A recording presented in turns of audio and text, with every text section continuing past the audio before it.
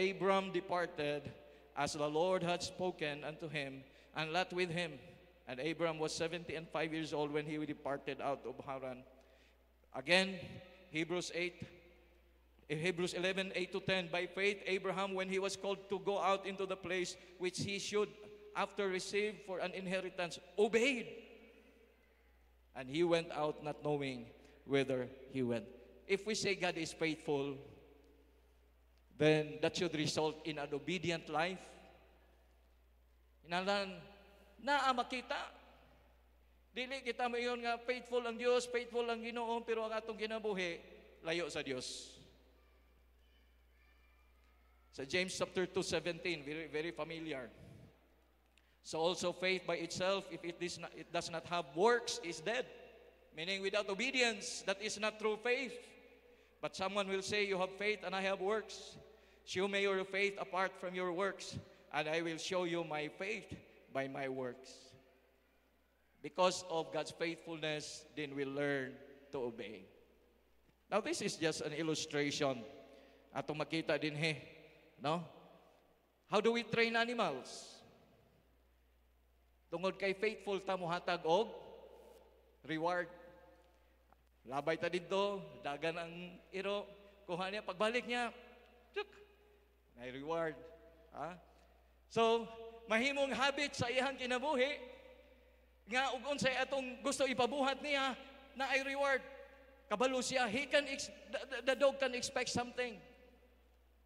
Now, muna gitawag nato usahay na conditioning. Now, sa atong kinabuhi, if we know God is faithful, then we also learn to obey. Subo kayo, no? May ibang animals. Usahay, kita manggot. Mga bright manggot ta. No? Pero, kung tinuod, moingon kita ang Diyos faithful, then that should result in obedience. Sa James 2:21-22, again, gigamit niya si Abraham, nga iyang example, ingon niya din, he was not Abraham, our father, justified by works. When he had offered Isaac his son upon the altar, seest thou how faith wrought with his works, and by works was faith made perfect. So God's faithfulness begets faith, God's faithfulness begets obedience, because in reality, we only do what we believe. Ang atong buhaton, kanara atong gituhan. So kung bisag unsa patagsinggit diha, God is faithful, pero dili kita obedient sa iya, kutobra na sa atong hunahuna. Wa gyud ta mo tuog gyud. Kay kung nagtuog kita, then we learn to obey. That's why ingon dinhi sa Matthew 7:21, not everyone that saith unto me, Lord, Lord, shall enter into the kingdom of heaven, but he that doeth the will of the Father which is in heaven. Then he said, John 10:27-28, my sheep hear my voice, and I know them, and they follow me. That's obedience. And I give them eternal life, and they will never perish, and no one will snatch them out of my hand. You see, in this room, daghang mga sound waves dinhi, but we cannot detect. No, daghan mga sound waves, daghan mga communication nga going on, pero dili ta makabati. Ngano man, we need to get the right frequency. We need to have a transistor radio para nga mukuha niya ang frequency o makabatian nato iyang tingog. And that is also true with God. Ang tinuod nga anak sa Dios, ang iyang frequency. Na sa Ginoo. That's why makabati siya sa pulong sa Ginoo. Kay siya tinuod, dunay pagtuo, diha kaniya. So the essence of true faith is taking God at His word and relying on Him to do as He promised. So faithfulness of God begets obedience, and when we obey, we have these assurances. Obedience assures us of future rewards. Hebrews 6:10, for God is not unrighteous to forget your work and labor of love, which ye have showed toward His name, in that ye have ministered to the saints and do minister. 1 Corinthians 15:58, we obey, we serve, because God is faithful. Therefore, my beloved brothers, Be steadfast, immovable, always abounding in the work of the Lord, knowing that in the Lord your labor is not in vain. Why? Because God is faithful. Affirming God's faithfulness now and beyond. Meaning to say, we continue to serve the Lord depending on His faithfulness. Dili lang karon, dili lang sa atong celebration, apan sa adlaw-adlaw natong pagkinabuhi, mga lagad kita kaniya. Obedience assures us of a fruitful life. Joshua 1:8, this book of the law shall not depart out of thy mouth, but thou shalt meditate therein day and night, that thou mayest observe to do according to all that is written therein. For then thou shalt make thy way prosperous, and then thou shalt have good success. You see, because God is faithful, we learn to obey, and when we obey, we know we are assured that it will never be in vain, and we are going to live a fruitful life. That's what our preacher just mentioned this morning. If we want joy, then we have to obey. We have to follow the Lord. Personally, I believe nga ang usa ka miserable, pinaka-miserable nga tao dinhi sa kalibutan, dili ang mga unbelievers. Kay gasadya-sadya na sila. Pero ang believer, ang usa ka tao nga nag-claim nga Christian, apan ang kinabuhi nga layo sa Dios, tungod kay ang Dios magadisiplina kaniya, o ang Dios og siya dunay consequence sa iyang mga binuhatan.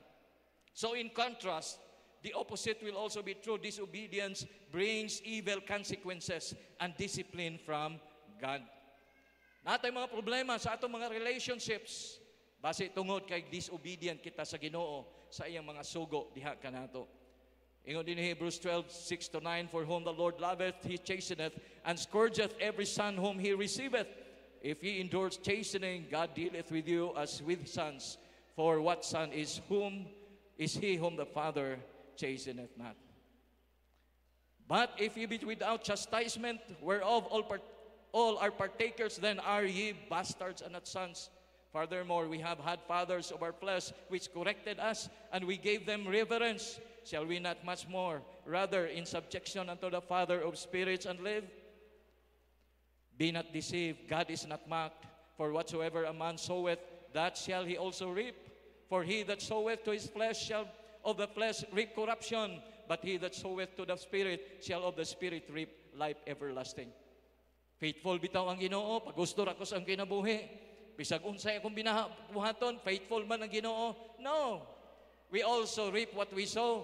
We bear the consequence sa atong mga desisyon sa atong kinabuhi. That's why obedience is the best way to live, because it is in that kind of life that we experience the abundant life nga gipromise sa Ginoo kanato. So faithfulness of God begets faith. The faithfulness of God begets obedience. And lastly, number 3, God's faithfulness also begets victory. Ang kaayo, ang kamatinud-anon sa Dios, doon ay victory. You know, ang kinabuhi ni Abraham, dili sa yon. Naapoy mga panahon nga nagduha-duha siya sa faithfulness sa Ginoo. There was a time nga doon ay famine, unsay gihimo, miadto siya sa Egypt. Doon ay panahon nga threaten iyang life, iyang gidinay, no, ang iyang asawa, nga iyang asawa. So, medyo naay problema po, doon ay struggle sa iya, dili po siya super believer of God.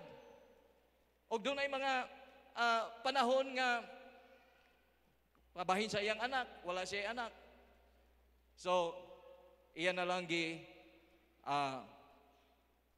hilabtan, no? Ang iyahang servant. Iyang giunahaan ng Diyos. Meaning to say, nga si Abraham, you know, he was not a super believer of God. But even then, niini nga mga butang, God is still victorious diha sa iyang kinabuhi. Doon ay mga hitabo sa iyang mga great-great-grandchildren nga nag-away ang mga anak, no, ni Jacob, o kontra nila si Joseph, o tungod nga ilang kaaway si Joseph, so ilang gibaligya si Joseph sa usa ka merchant, o si Joseph na adto sa Egypt. So mingon kita, how can God be victorious in all of this? And yet, because God is faithful, then that means, as mentioned, God is also sovereign. Nga kini nga mga hitabo wala makapugong sa paghimo, sa pagtuman, sa plano sa Dios sa kinabuhi. Ngadto kang Abraham og sa iyang mga kaliwat. In fact, ingon ni Joseph ngadto sa iyang mga igsoon, as for you, you meant evil against me, but God meant it for good to bring it about that many people should be kept alive as they are today. Because God is faithful, victory is assured. Kita nga magpangalaga diha sa Ginoo, bisan sa atong mga sitwasyon na naay mga kalisod, we know that the Lord, the Word of God will not return to Him void because victory is sure because God is faithful. Ang kadaugan sa atong kinabuhi, wala magadepende sa atong abilidad. Ang kadaugan sa atong kinabuhi, wala magadepende sa atong resources.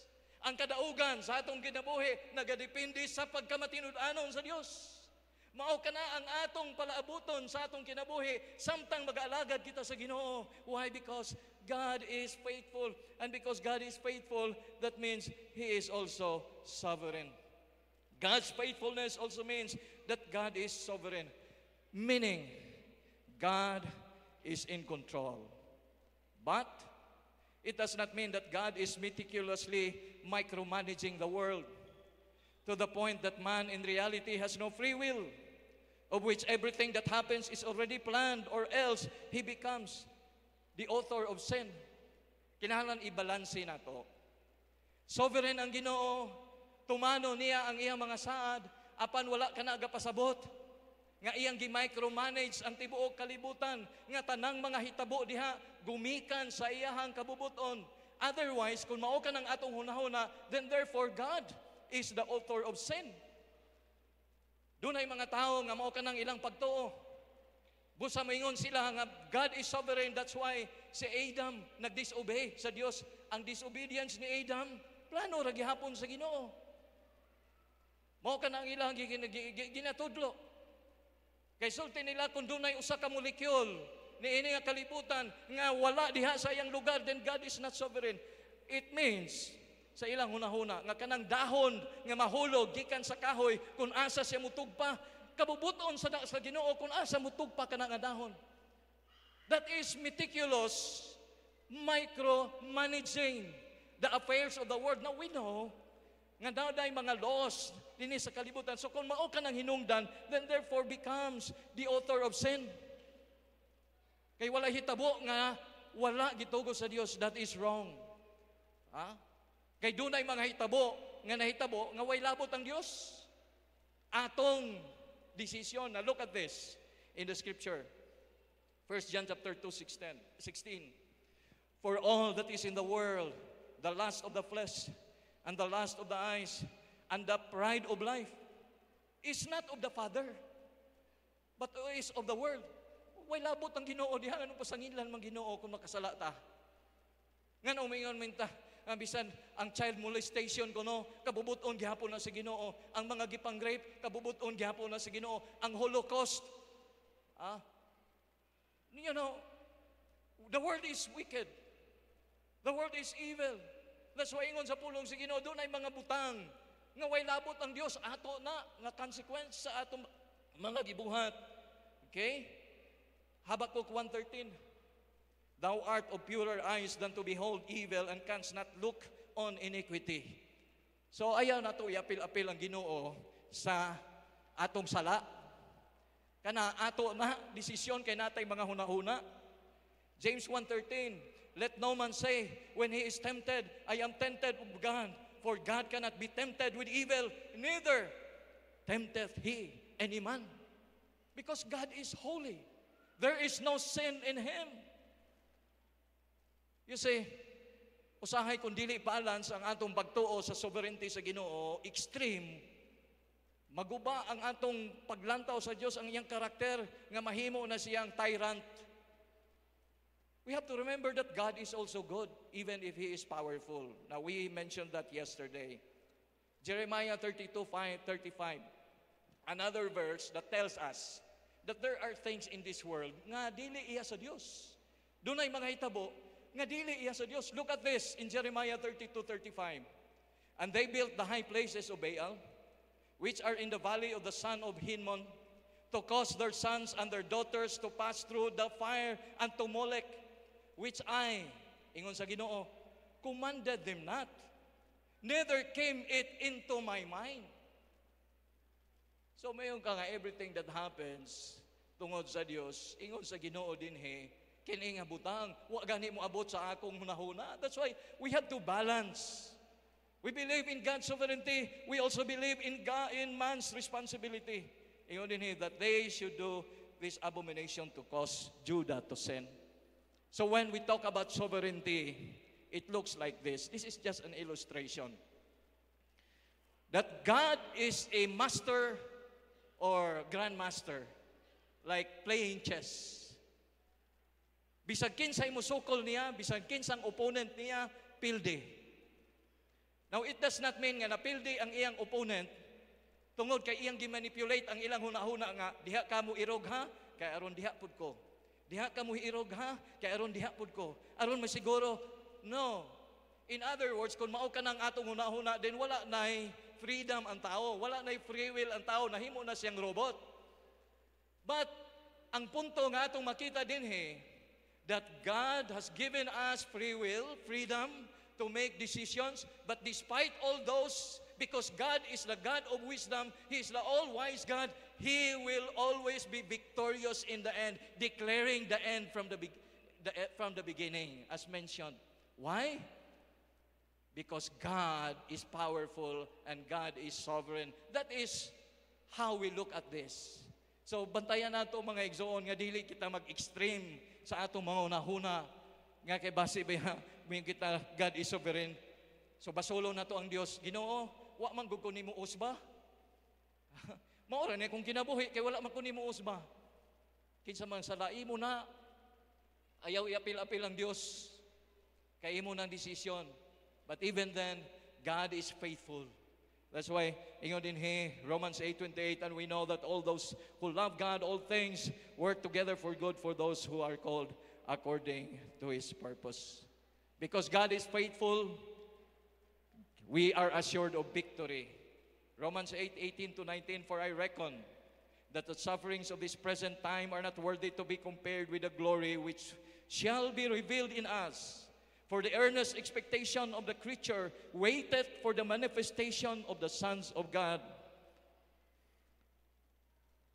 No, in all these things we are more than conquerors through Him who loved us.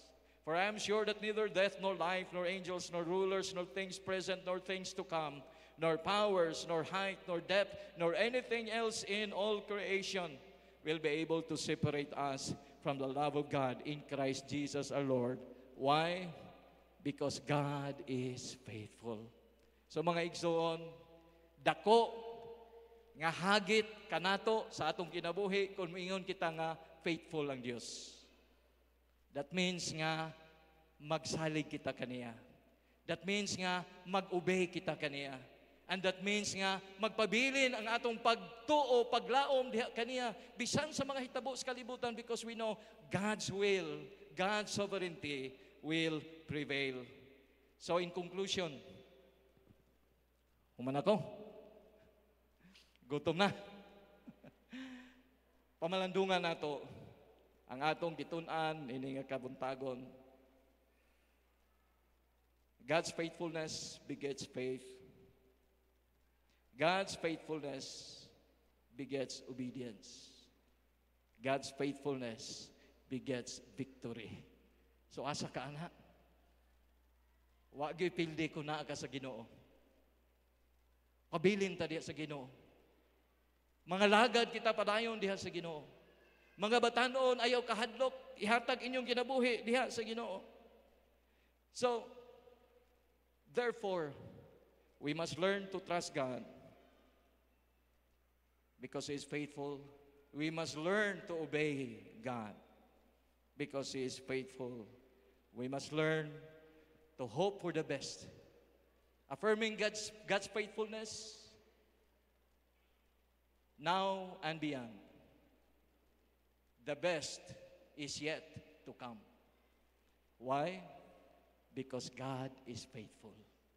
Di kita magbalaka, salig kita sa Ginoo, the best is yet to come Because victory is ours. Because our God is our faithful God. Magaampo kita. Amahan na mo nga langit nun, salamat sa imo nga pulong. Hinaot Ginoo nga ang imong kinaiya makita sa among kinabuhi. Nga dili lang kami musulti nga ikaw mao kini matinud-anon apan Ginoo among kinabuhi nagpalayo kanimo. Hinaot tao Dios, when we believe you are faithful, magsalig kami diha kanimo sa kanunay, magsunod kami kanimo, mulaom kami kanunay diha kanimo bisan sa mga problema, mga kalisod sa among kinabuhi, magpabilin kami nga malaumon because we know the best is yet to come. Salamat Ginoo sa imong nga pulong sa ngalan ni Jesus nga among Ginoong manluluwas. Amen.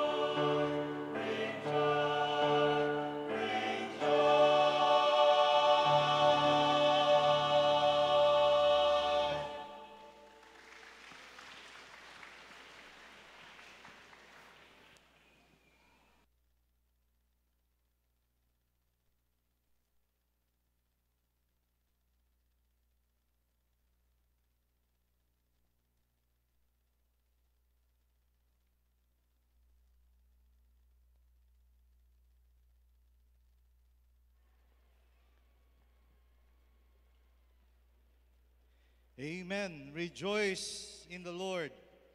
And also this time, as part of sa tuang ginabuhat, sa tuang Thanksgiving, we've been rejoicing for what God has done sa matag-isa natong ang kinabuhi.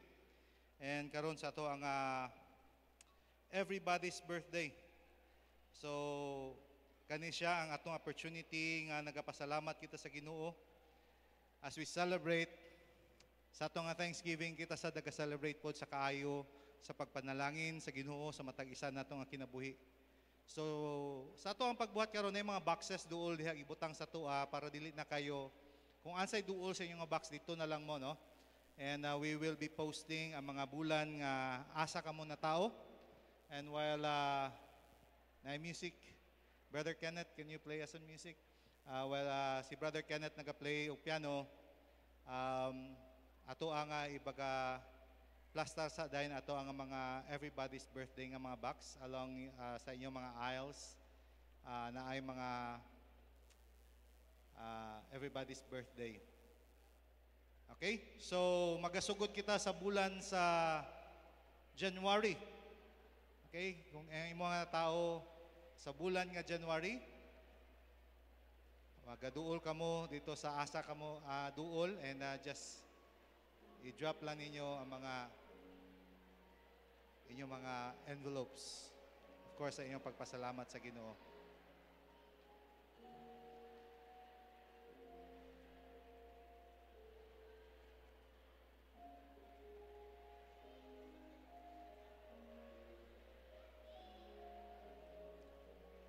Okay, January, February. Okay. There you go.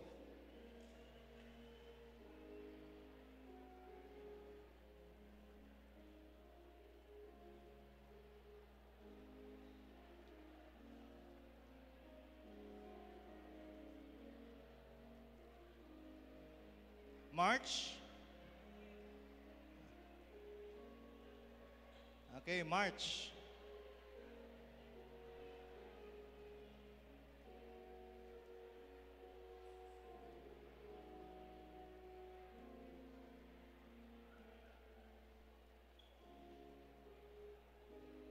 April. Oh, murag dagan-dagan ang April, oh.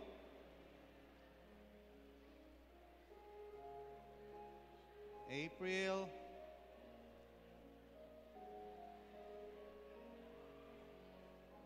May. May.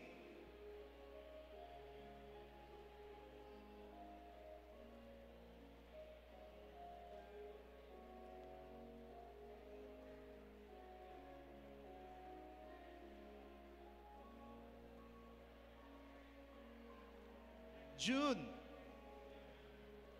Month of June.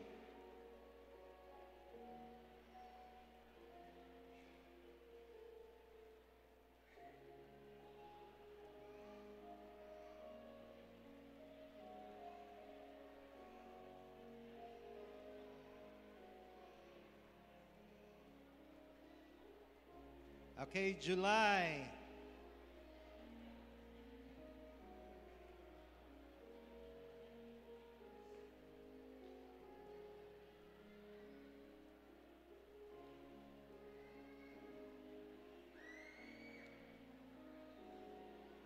August. Month of August.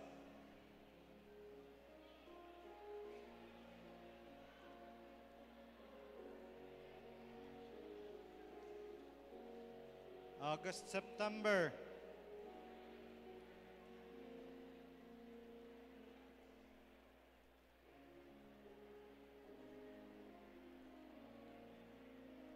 September, October.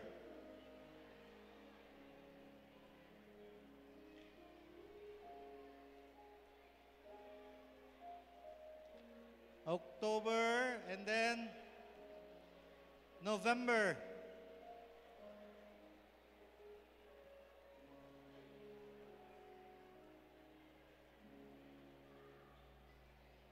November.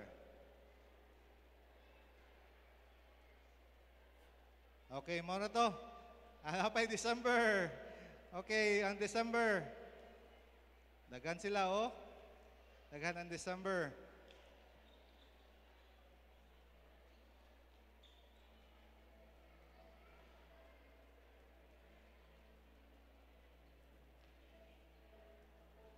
Oh, balik tag January para next year. Ito. So, all glory to God sa tuang pagpasalamat diya sa Ginoo of what He has done in our lives.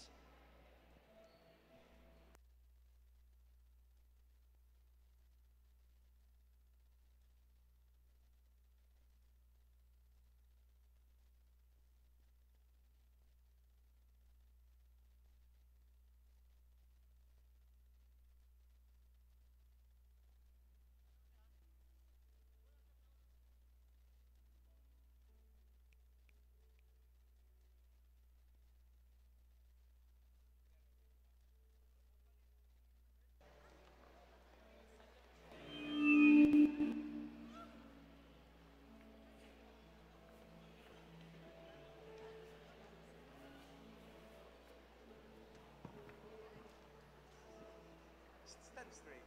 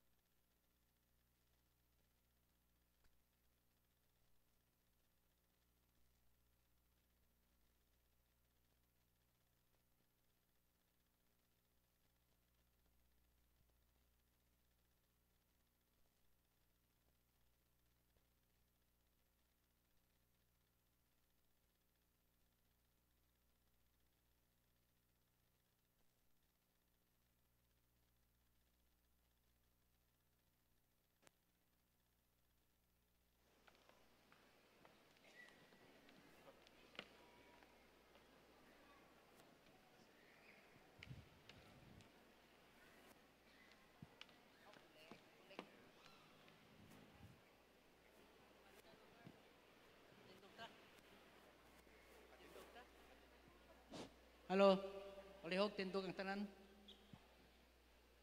Tindog ang tanan kay maga siratas pagampo. Ampo ta Ginoo, salamat kayo sa gihimo nimo sa among tunga karon. Tuloy kami Ginoo nga magpadayon kami nga matinumanon si imo tungod kay ang pagkamatinumanon nimo wala nagausab. And it would be forever, Lord. Salamat sa tanan nga niya karon diri. And thank you so much, Lord, for this great occasion nga na kami pag kinagiusa karon nga buntag. Sa ngalan ni Jesus, inisalig na mong tanan. Amen.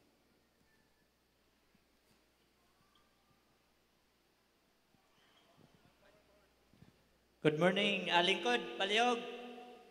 Balik mo palihog og tingkod. Magpakita ko sa inyo ha, Ricos Babaw. Salamat ta sa Ginoo sa ato ang duha ka speakers na human sa pagpakaon sa ato ang mga kalag. Salamat sa Ginoo ana, mo na yung pinaka-importante.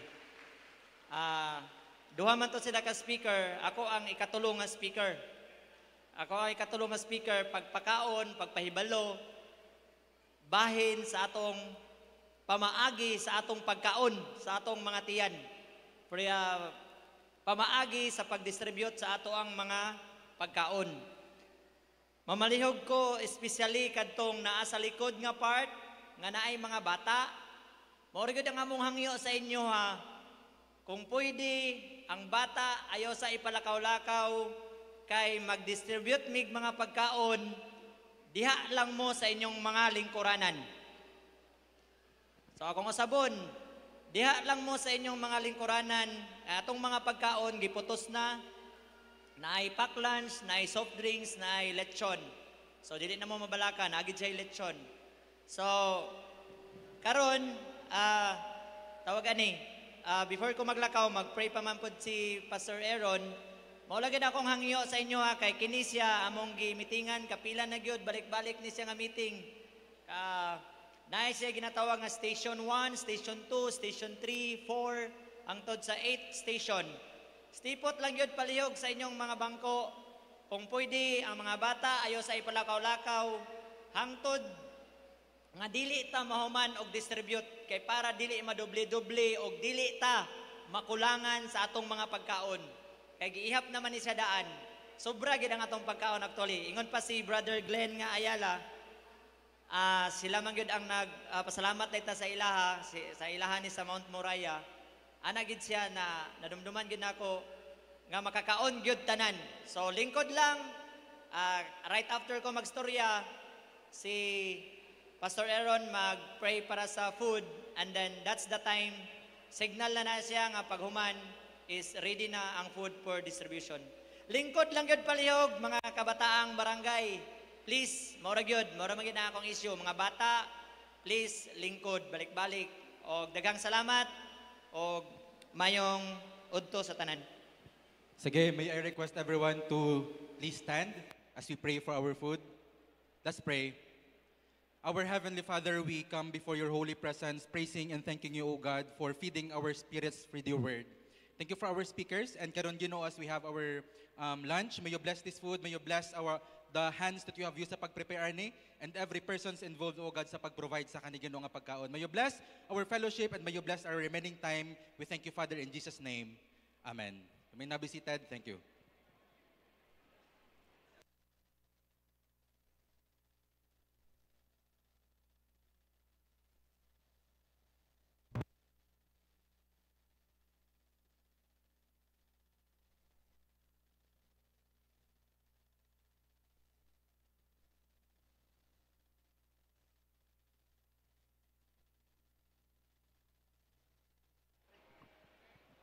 Hello.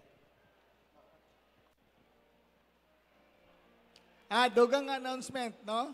Happy anniversary and Thanksgiving sa tanan. Dili lang sa tamang huli ka dyan, tayo gamay nga na-prepare para sa atong raffle, no? So, pabili lang ta. Enjoy sa atong pagkaon. God bless us all.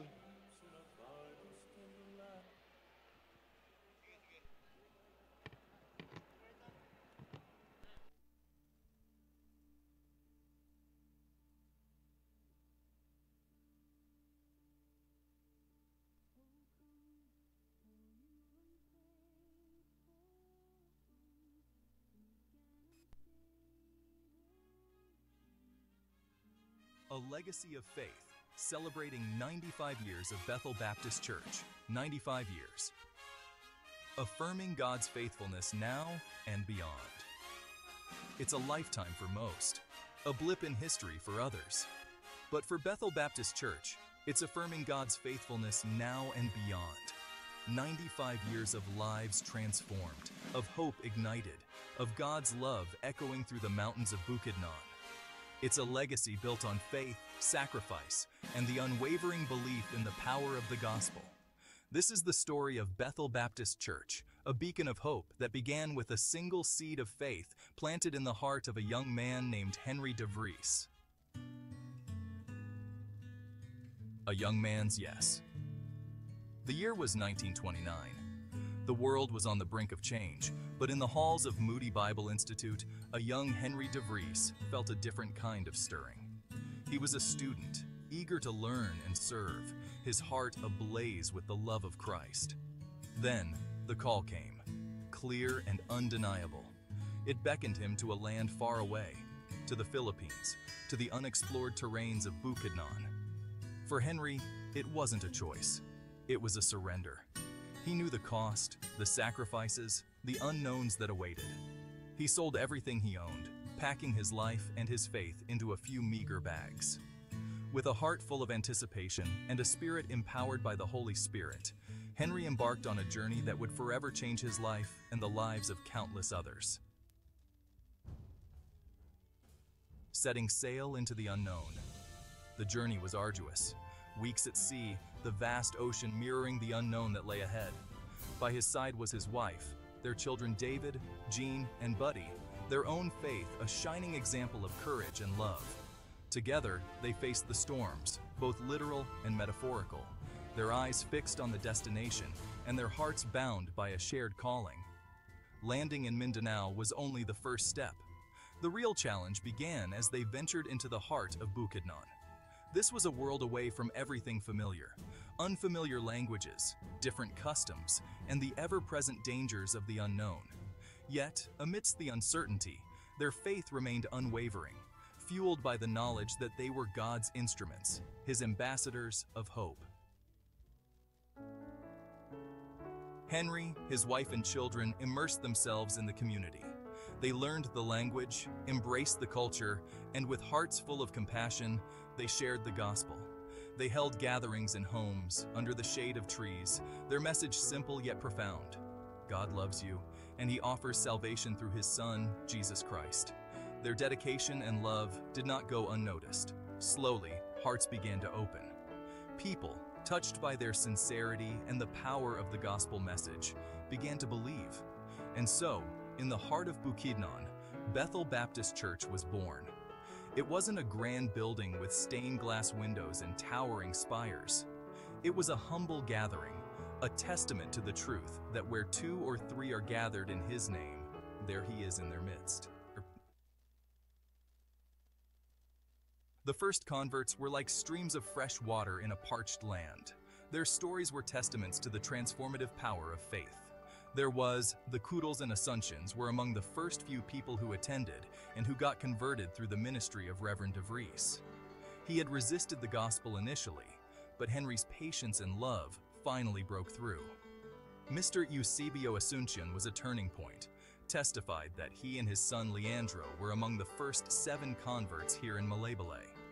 Then there was Grandpa Asuncion, a young man trapped in a life of despair. When he heard the message of hope and forgiveness, his heart clung to it like a lifeline. Grandpa's life, once shrouded in darkness, became a beacon of God's redeeming love. These early converts, their lives transformed by grace, became pillars in the newly formed church. They shared their faith fearlessly, their testimonies echoing through the villages, drawing more souls to the saving knowledge of Jesus Christ. From those humble beginnings, Bethel Baptist Church has flourished. 95 years later, it stands as a testament to God's faithfulness. The small gathering under a tree has grown into a thriving community of believers, a beacon of hope in Bukidnon. Generations have passed, each one touched by the legacy of faith planted by Henry and his wife.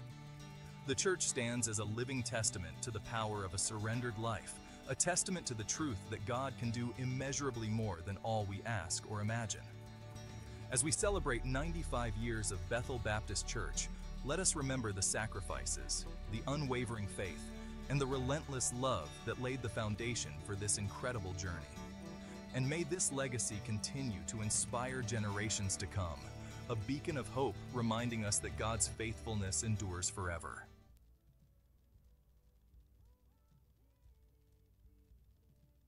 Moving forward now and beyond, Bethel Baptist Church continues the work that God entrusted to us.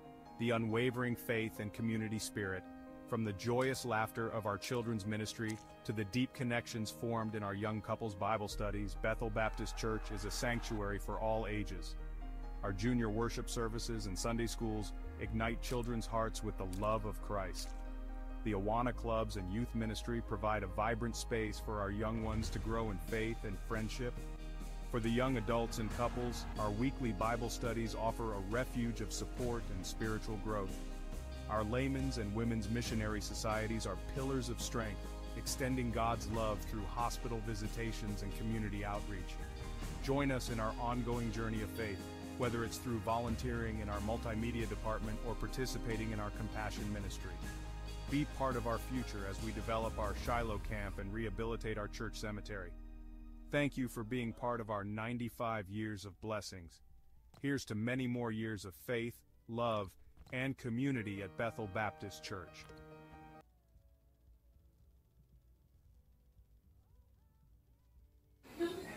In August last, celebrating our 95 years of God's faithfulness. Yes! And everything give thanks, one is over lahat.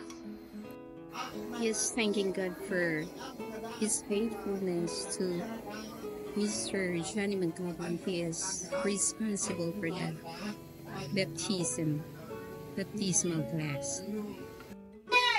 Salamat sa 95 years anniversary. Kahapon, December 1. We are in a grateful life. Nakikinig.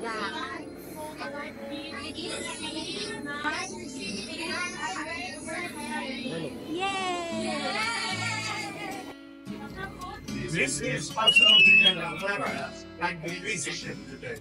We thank him for the 95th year church anniversary. They are celebrating life and 60 lives. Thanking God for that year of His faithfulness. Yay! Yay! 3. Welcome to our preschool class. We thank God for His faithfulness. Yay! 3. We are a preschool class, praising God for His 95 years of faithfulness. Yay! At our 95th anniversary, God bless you to be a volunteer in this meeting. Praise the Lord.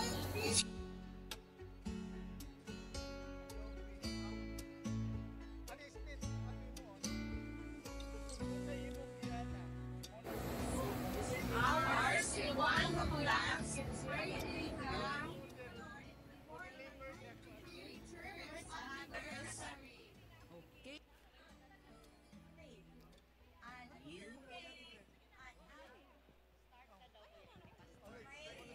Okay. Join us.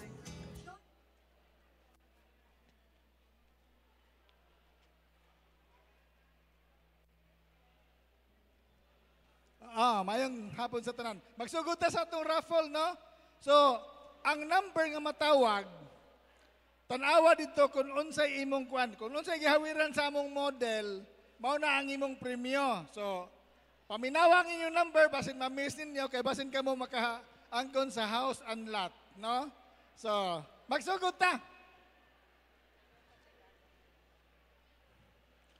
Okay, ang nakabunot sa una, sa pinakauna o pinaka-first. 347.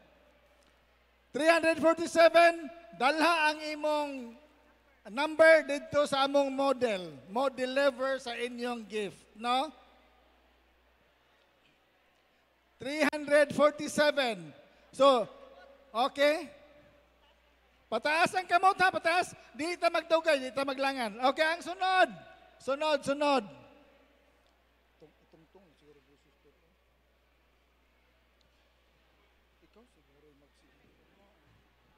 Number 866. 866. Okay, agpas. What's that? Diri lang siguro ng kuan diri tunga. Sunod. Unsay sunod? Ay, kita sa kamera ang kuan. Okay. Okay. 201. 201. Naaba ka? Isang kamot. 201. Pakita dito sa among model. O model lever. Ipataas ang kamot. Sige, padol. Thank you. 201. O sige. Nang 201? Dito. Okay, ang sunod. 596. 596. Isas kamot.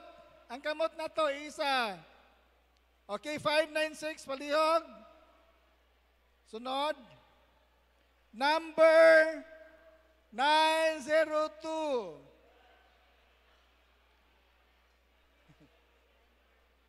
Maklaro, oy. Number 902. 902.